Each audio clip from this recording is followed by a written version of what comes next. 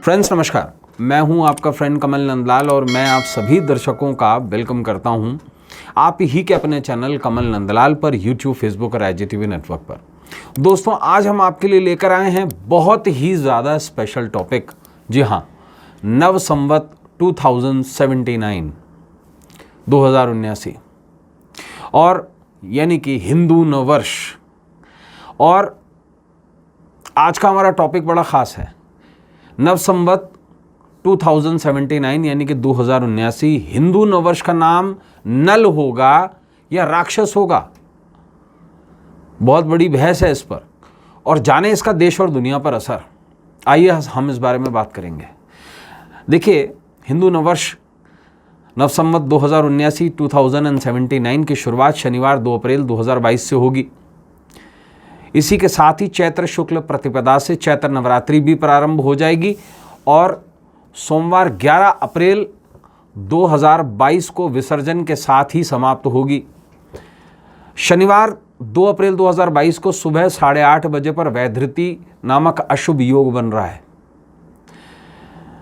इसका आरंभ होगा। अतः घट स्थापना, अखंड ज्योति प्रज्वलन, देवी पूजन और नववर्ष पूजन पहले ही करना श्रेष्ठ रहेगा, 8:30 से पहले।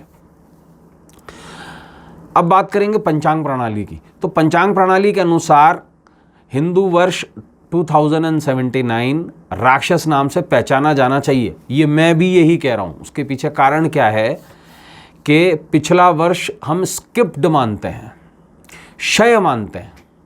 2021 के अंदर चैत्र प्रतिपदा थी, वो हम स्किप्ड मानते हैं। और ये हम सब ने पिछला भी देखा है, अगर आपको पिछली प्रेडिक्शन से याद हो तो। लेकिन कुछ अलग ज्योतिषीय मत के अनुसार संवत 2079 का जो नाम है वो नल से जाना जाएगा। तो हम दोनों को लेकर के प्रेडिक्शन करेंगे, एक के बारे में नहीं मानेंगे, दोनों मतों को मानेंगे हम, ठीक है। वहीं कुछ जानकारों के अनुसार, कुछ अनदर एस्ट्रोलॉजर्स के अनुसार नव संवत 2079 को राक्षस और नल दोनों माना जाना चाहिए। तो 3 अलग अलग तरीके के मत हैं। पहला मत ये कहता है कि इसका नाम नल है, दूसरा ये कहता है कि इसका नाम राक्षस है। मैं भी इसको राक्षस ही मान रहा हूँ प्रथम दृष्टया। और तीसरा मत ये है कि ये राक्षस भी है और नल भी है। तो मैं आपको बता देता हूँ, 2080 का जो वर्ष होगा 2080, वो नल नाम से जाना जाएगा। खैर, हम इस बहस में नहीं आकर के हम दोनों परफॉर्मेंस को एक साथ देखेंगे, क्योंकि ये भी लंबा चलेगा। अगले साल भी 2 मत होंगे, उसके अगले साल भी 2 मत होंगे, क्योंकि 2078 जो हमारा साल था 2078 वो स्किप्ड था, इसलिए अगले साल पर इसका नाम रख दिया गया। और ऐसे स्थिति के अंदर अगर कोई भी एक वर्ष स्किप्ड हो जाता है, यानी कि उसका क्षय हो जाता है, तो लगातार 2 सालों तक वही संवत्सर रहता है, उसका नाम और उसके इफेक्ट। खैर, हम इस बहस में नहीं पड़ेंगे, ठीक है। लेकिन ये दोनों या तीनों मत एक बात पे राजी होते हैं, वो ये है कि नववर्ष का राजा शनि होगा और मंत्री गुरु होगा। इस प्रकार इस दौरान अन्य ग्रहों के पास भी अलग अलग भूमिका रहेगी। संवत 2079 के राजा जो है वो न्याय के देवता शनि रहेंगे। इसके चलते नव संवत्सर के दौरान न्याय के क्षेत्र में कुछ खास स्थिति देखने को मिलेगी। इसी के साथ ही देश दुनिया में कई तरह की सामान्य और असामान्य घटनाओं के साथ ही कई विषम परिस्थितियों का भी सामना करना पड़ेगा। साल 2022 में और स्पेशली नव संवत 2079 में कुछ ग्रहों के परिवर्तन हो रहे हैं और बहुत कुछ उस पर भी मैटर करेगा।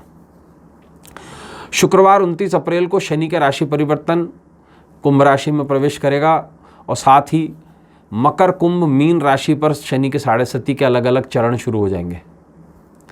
कुंभ पर 7.5 का दूसरा, मकर पर तीसरा और मीन पर पहला चरण शुरू हो जाएगा। ध्यान से सुनिएगा इस बात को। कर्क, वृश्चिक राशि के जातकों पर शनि की ढैया शुरू रहेगी। शनि के राशि परिवर्तन से धनु राशि के 7.5 और मिथुन और तुला राशि पर शनि की ढैया खत्म होगी। देवगुरु बृहस्पति बुधवार 13 अप्रैल को राशि परिवर्तन करके मीन में आ जाएंगे। इस साल 4 ग्रहण हैं और ये ग्रहण ही सबसे बड़ा खेल बिगाड़ रहे हैं दुनिया का। पहला ग्रहण अमावस्या, शनि अमावस्या के दिन 30 अप्रैल 2022 को, हालांकि भारत में नहीं दिखाई देगा। सूर्य ग्रहण होगा सोमवार 16 मई 2022 को, चंद्र ग्रहण होगा 25 अक्टूबर को, सूर्य ग्रहण होगा और अंत में 8 नवंबर को चंद्र ग्रहण होगा। अब आते हैं कमल नंदलाल की भविष्यवाणियों पर कि देश और दुनिया के लिए कमल नंदलाल, आपका मित्र, आपका सखा, क्या कहने जा रहा है, उसकी भविष्यवाणियाँ क्या है। ये तो हमने आपको गणित बता दी। नववर्ष 2079 में ग्रहों का मंत्रिमंडल और इसका प्रभाव क्या रहेगा, ध्यान से सुनिएगा।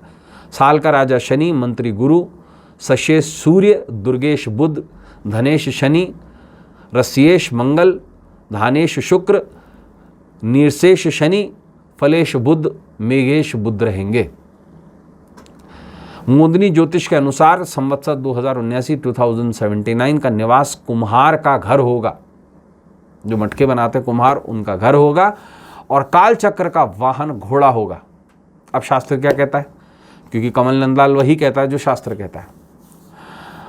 जिस वर्ष समय का वाहन यानी कि काल चक्र का वाहन अगर घोड़ा होता है तो उस वर्ष तेज गति से वायु, चक्रवात, तूफान, भूकंप, भूस्खलन आदि की संभावना होती है। और ये मैं आपको पहले भी प्रेडिक्शन कह चुका हूँ साल 2022 की प्रेडिक्शन में कि आसमान से आफत आ रही है कुछ। अब इससे एक बार और भी होती है कि मानसिक बेचैनी बढ़ जाती है लोगों के बीच में, और तेज़ गति से चलने वाले वाहनों के क्षतिग्रस्त होने की संभावना में भी वृद्धि होती है। तो आप कुछ एयर क्रैशेस देखेंगे, कुछ ट्रेनों के एक्सीडेंट देखेंगे संवत्सर 2079 में। अब एक ग्रंथ है हमारा जिसका नाम है भास्कर नामक ग्रंथ, ठीक है ना। उसके अनुसार नल संवत्सर में वर्षा अच्छी होती है, लेकिन राजाओं को कष्ट होता है तथा जनता को चोरों का भय रहता है। तो इस साल जो बैंक के फ्रॉड है सबसे ज़्यादा लेवल पे होंगे। हमारा एक और शास्त्र है बृहद संहिता। तो बृहद संहिता के ग्रह वर्ष फलाध्याय के अध्याय संख्या नंबर 19 के अनुसार जब शनि वर्ष का राजा होता है तो चोरों, डकैतों और दुर्गम अपराधियों से आतंक बढ़ता है। आतंक के कारण राजनीतिक स्थिरता, जानमाल का नुकसान होता है, लोग बीमारी, अकाल से पीड़ित होते हैं और अपनों के खोने के कारण आंसू बहते हैं। तो इसका एक लक्षण और भी है कि 2023 मार्च से पहले कोरोना फिर लौटेगा,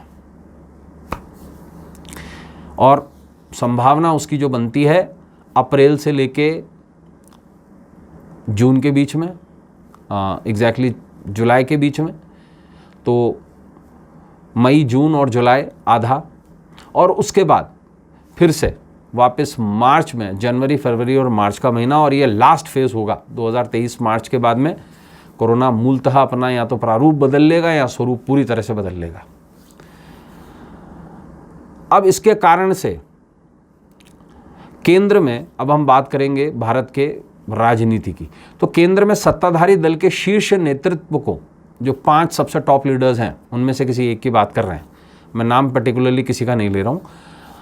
केंद्र में सत्ताधारी दल के शीर्ष नेतृत्व को कुछ अनहोनी घटनाओं का सामना करना पड़ता है। ध्यान से सुनिएगा, तो ये खतरे की कंडीशन है, और ये मैं पिछले साल भी करी थी और आपने इसका परिणाम पंजाब में भी देखा। इससे राजनीतिक अस्थिरता का वातावरण निर्मित होता है। यह राजनीतिक अस्थिरता की स्थिति कुछ आकस्मिक रूप से दुखद घटनाक्रम के कारण अप्रैल से नवंबर के मध्य में बनती हुई दिखाई देती है, और स्पेशली 30 अप्रैल से लेके और जो ग्रहण का 8 नवंबर तक का समय है उसके बीच में, ध्यान रखिएगा इस बात का। इसके कारण जनता में शासकों के प्रति अविश्वास की वृद्धि देखने को मिलेगी। नववर्ष में न्याय का शिकंजा मजबूत होने के चलते अपराधियों को दंड देने की प्रक्रिया में तेजी आएगी। इस दौरान पश्चिमी और मध्य पूर्व एशिया के देशों में संघर्ष की स्थिति भी निर्मित होती दिख रही है। अगर आपको 2022 की प्रेडिक्शन याद हो तो मैंने उस समय पर 3 जगह युद्ध की कंडीशन दिखाई थी। एक मैंने आपको कहा था अगर आपको प्रेडिक्शन याद हो, वो रशिया यूक्रेन वो बिल्कुल प्रिडिक्ट हो गई। इसके बाद अब जो नंबर आता है वो आता है एग्जैक्टली केंद्र, तो वो काबा का रीजन होगा, अरबिक सेंटर होगा वहाँ पर, और उसके बाद में ये आएगा टुवर्ड्स अमेरिकन कॉन्टिनेंट। तो ये वाली स्थिति ज़रूर बनती है, इसमें यूरोप भी पूरा शामिल है। तो मध्य पूर्व एशिया के देशों में संघर्ष की स्थिति दिखाई देती है। ऐसे में अनेक वस्तुओं पर महंगाई की मार पड़ती है। नवसंवत 2079 में अच्छी बारिश के योग दिख रहे हैं, जिसके चलते फसलों के लिहाज से इस दौरान अच्छी बारिश होगी, तो खाद्यान्न में कमी नहीं रहेगी। केंद्र सरकार सार्वजनिक उपक्रम की कंपनियों में विनिवेश को बढ़ाने के लिए आर्थिक सुधारों के कानून लाएगी, ऐसा मेरा मानना है, जिसके कारण देश में बड़े हिस्से में मजदूर और किसान संगठन के द्वारा फिर से आंदोलन होने के योग बनते हैं। कोयला, तेल, लोहा इत्यादि और प्राकृतिक गैस के नए भंडारों की खोज भी होगी, और स्पेशली पश्चिम का जो क्षेत्र है जैसे राजस्थान है, वहाँ पर सबसे ज़्यादा इसके आपको इफेक्ट दिखाई देंगे। हो सकता है भारत में ही पेट्रोलियम प्रोडक्ट्स की बड़ी खोज हो जाए, अन्यथा विश्व में और भी जगह से पेट्रोल आएगा। और ऊर्जा के क्षेत्र में बड़े पैमाने पर निवेश के योग हैं दुनिया के द्वारा, भारत में भी। और इस वर्ष युद्ध के चलते जान माल की हानि होने के ज्योतिषीय संकेत हैं विश्व में 3 जगह, और भारत में भी हैं। भारत अछूता नहीं रहेगा, पिछली प्रेडिक्शन भी आपको अगर याद होगी तो। राजनीतिक अस्थिरता तथा सीमाओं पर युद्ध के खतरे के योग भी दिख रहे हैं। अब ध्यान से, भारत को चीन और पाकिस्तान से लगी सीमाओं पर युद्ध की चुनौतियों का सामना भी करना पड़ेगा। इस बार भी हमने अक्साई चीन की स्थिति देखी थी, और इस बार भी, इस वर्ष भी ये पूरे योग ऐसे बन रहे हैं जिसमें सर्वाधिक खतरा चीन से है। तो दोस्तों, ये हमने जाना देश और दुनिया पर इसका क्या प्रभाव पड़ेगा। ऐसे ही स्पेशल एपिसोड्स के साथ में आपसे फिर मुलाकात होगी। आज के लिए बस इतना ही, इजाज़त दीजिए। नमस्कार, नमः शिवाय।